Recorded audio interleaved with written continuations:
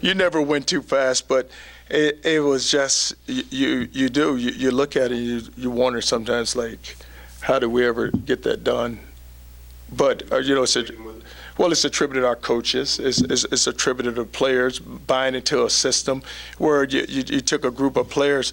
Cam Joyer was arguing with our guy, one of our players. He said, "Hey, coach, which team was better, your first year team or the team that won the Sugar Bowl?"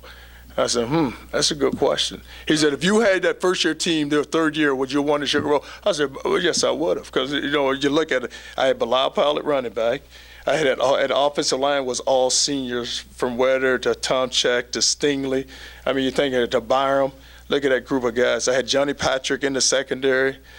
Brandon Heath at linebacker, but you had some players. But see, at that time, it was all about teaching them how to win, because they haven't won. So you was trying to teach them how to win, and you take that team and you look at Cameron Georgia was a tight end, and he says, "Coach, just think about that. If you had that team year 3, what would you have done with it?" I said, "Oh, well, I mean, we'll never know, but it'll be interesting to really find out, because that was a good football team." But, and I always say that because he said that was the team that laid the foundation for this program. And really, that team got this program going. Because even the second year when we bounced there and we were, 2-4, I always took that 2-4 team back to that team, because that team just wanted to win so bad. They just wanted to get to a bowl game. They just coaches. We just want to get to a bowl game just to get the feeling of getting back, because 3 straight years we've not been to a bowl game, so they just want to get that feeling, because everybody just told them you couldn't get it done. There's no way, and they wanted to prove a point. And he said yesterday, he said, "Coach, now which team? Was it your first year team or the team you just won the Sugar Bowl?" I said, "It's interesting." And then he said, "I know if we had Teddy, we would have won." I said, "Well, yes, I do." Yes. Well, with that in mind, could this team be better than both those teams? Well, what's got to happen with this team is just watching this team grow, and just the key for us this year will be the leadership. And where's the leadership going to come from? Well, Preston Brown, will Jake Smith, with Copeland. You have enough guys in your program, and we've talked about it enough. Now, can we get enough guys to really stand up and say, "Hey, listen, guys, we're going to go out each week. We're going to go compete. We're not going to mess around." It's all about the preparation. It's all about accountability now. Accountable to one another, accountable to your position. Let's go make this a fun year and see what happens. Now that they know how to win, is the message? I mean, I remember, I think Chris Fowler after the Sugar Bowl said you told him, this team lost to Connecticut, lost the series. Doing it every week is one, showing up like you did against Florida every week. How do you? And that's key. Consistency. That's the key right there. Each week will we show up to go play. No matter who we play, will we show up to go play. And that's what's going to be the key for this. And that's going to leadership. It's going to be involved with leadership, because if you have the right leaders, then it doesn't matter who you play. Then the guys going to say, "Hey, let's go play this. Let's go win this football game. Let's not go mess around. Let's go get it done." And it's all about being consistent. But it comes back, and I tell our coaches all the time, it's going to come back to us too. Because if we look relaxed, the players are going to look relaxed. If we don't walk in and ourselves be prepared and making sure that when we start meetings, everything, guys in there sitting in their seats, guys just not walking in, because I said they never have walked in 5 minutes late, so let's not start letting them do it now. Because a lot of times when you feel like you've arrived and the little things slip, we can't let the little things slip. How close is the culture right now of Louisville football to where you want? We're still getting there, and I just think that we're probably, we'll see how this season goes, but it's all about what the culture is that becoming a consistent winner, becoming a team that really is motivated and really like football, where they have to have that passion and the energy and the enthusiasm. And if a guy has a passion about what he's doing, then he's going to have energy and enthusiasm. Now, and I would say to you this spring when we went out, I thought a lot of our practices, we had the tempo where we were up tempo where we practiced. It may have been like I told them it may have been like 1 or 2 days I would have sent them back in and started practice back over if I had had time. But on Saturdays, I had plenty of time. I said, if we don't come out here and scrimmage on Saturdays the way I want us to scrimmage, you're going back in, and we'll start it back over. And I have all day, so it really doesn't matter. But but the players, it's going to be about just making sure we stay focused. How many days would you have sent them back in the first year? Oh my God, every day. The first year, every day. Oh, every day. Oh, ooh. Well, the first year was more about them just knowing who we were and just our whole approach and our whole attitude. And we were coaching so aggressive, and it was all about the up tempo where we wanted to go, and they weren't used to going.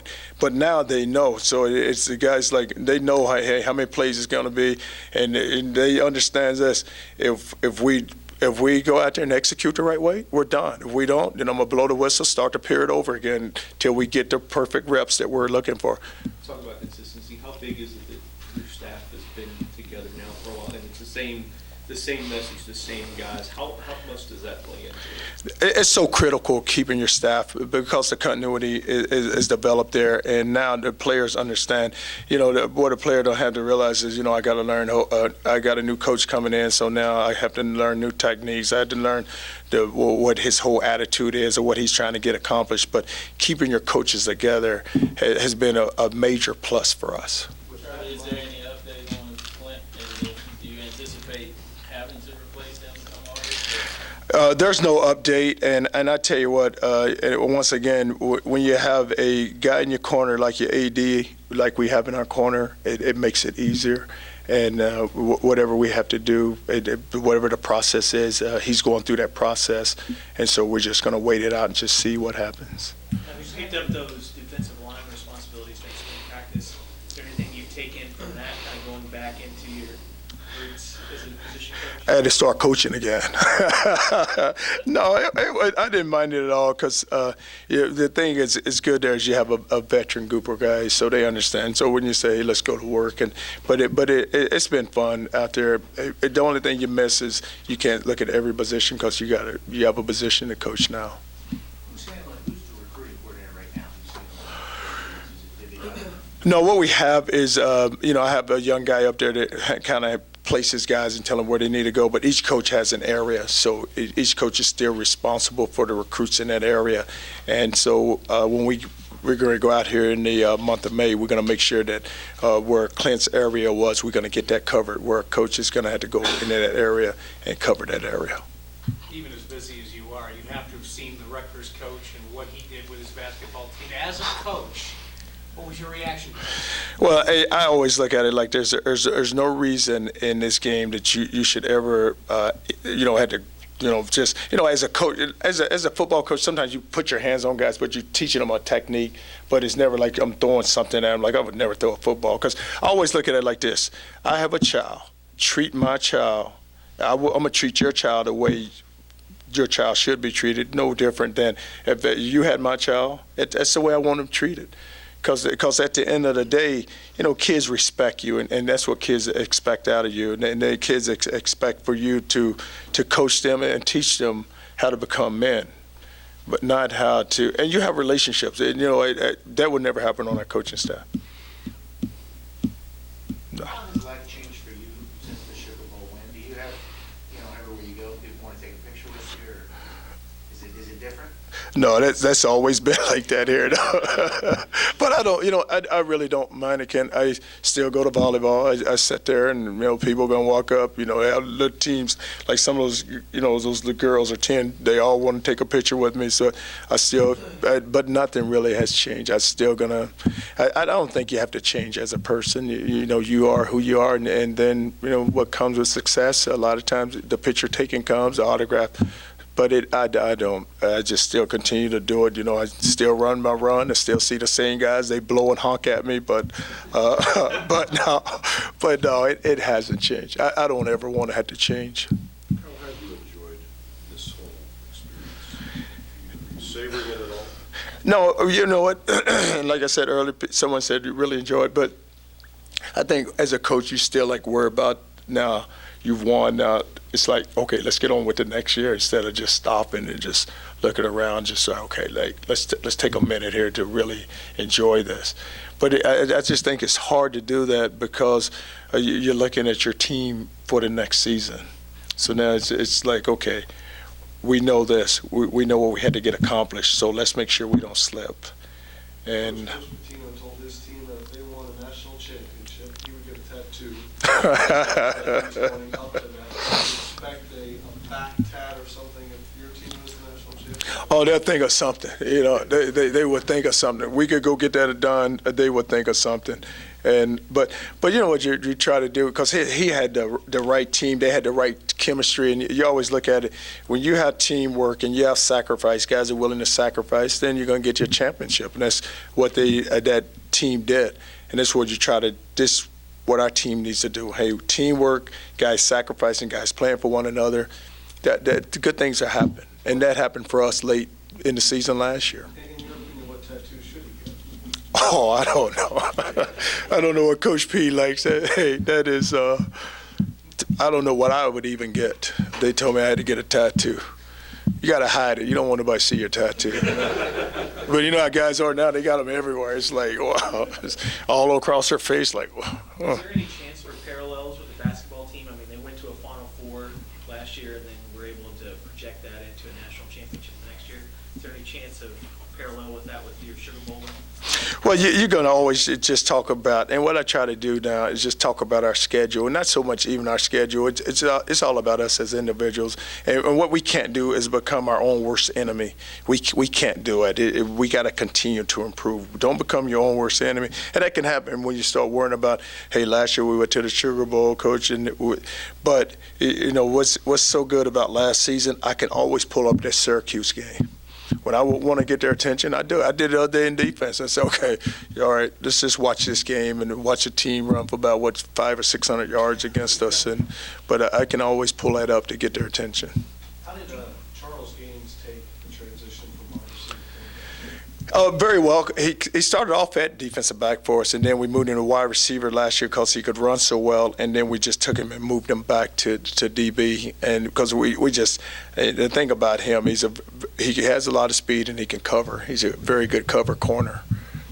You mentioned Coach Holtz earlier, but what other coaches have you kind of leaned on as, how to approach this? I mean, I guess you've been through it at Florida, winning national championships and coming back next year, but what other coaches have you talked to? Urban and I talk all the time, and we probably talk. We talk Urban, probably once a week. So then, another guy I really talk to a lot is Bob Davey. Bob just got back into coaching, and actually he had called me and said, "God, how did you turn that team around?" I said, "I have no idea." But I said for some reason we found a way. But it's you have friends in the profession and everybody has a different idea because you're always trying to get better and say, hey, how can we get better? What can we do? Charlie, you signed a huge contract here. Did you buy yourself a toy? Did you buy a car? No, I don't. With it? I have 2 girls, and I don't get to buy anything. It's a volleyball here, travel here. I don't get nothing. No, I didn't get to buy it. I don't even get to use my Adidas money, so I don't get anything. I feel like you always said you'd rather pound the ball, and now you get Dominique Brown back. How excited are you to smash people with that? I love it. 'Cause I always look at it like this. You had to have toughness within your program, and you get toughness within your program when you run the football. And we're going to throw the ball. You have one, like I said, one of the best quarterbacks, so he can throw the football. But when you can set the stage early when you can run the ball against people. We go into that Sugar Bowl game, and my message to the team was, look, offensive line, just give me 2 yards. I don't ever want to be second and 11 or 12. I want to be second and 8 to 6 because we can work that number because then we can get some yardage back. Because then when you get second 8 to 6, you just try to get half of it back so you can get third and 4. And we kept pounding, and it was like that in the first half. You watch us. Sometimes we wouldn't get anything. You get 1 yard, second and 9. You get the groans. Then all of a sudden in the second half, because we just kept pounding them. Now all of a sudden you see guys. Now they're running hard, and we get able to get the long runs and get that an 8, 9, 10-yard run. But you have to pound people. You have to. How many times have you watched that game? Twice. Now, my daughter Hope watches it all the time, but I watch it twice. How involved would you be in whatever the Heisman Trophy campaign is for Teddy? Do you want to be very involved, or would you let the marketing people handle it? I let the marketing people handle that, and because you know what happens, the media would, if Teddy plays well, everyone knows who Teddy is now. He's become a national guy now, so everyone knows who he is because of that performance. People go back to that performance in the Sugar Bowl, and how can you not take a guy like Teddy Bridgewater? Everyone ever talked to every Gator, that's all they talk about. God Almighty, we didn't know your quarterback was that good, but because he had that night, and with him having that night. Now he's become that national figure, so he'll get the attention. All right, guys. All right? Thanks. Thank you.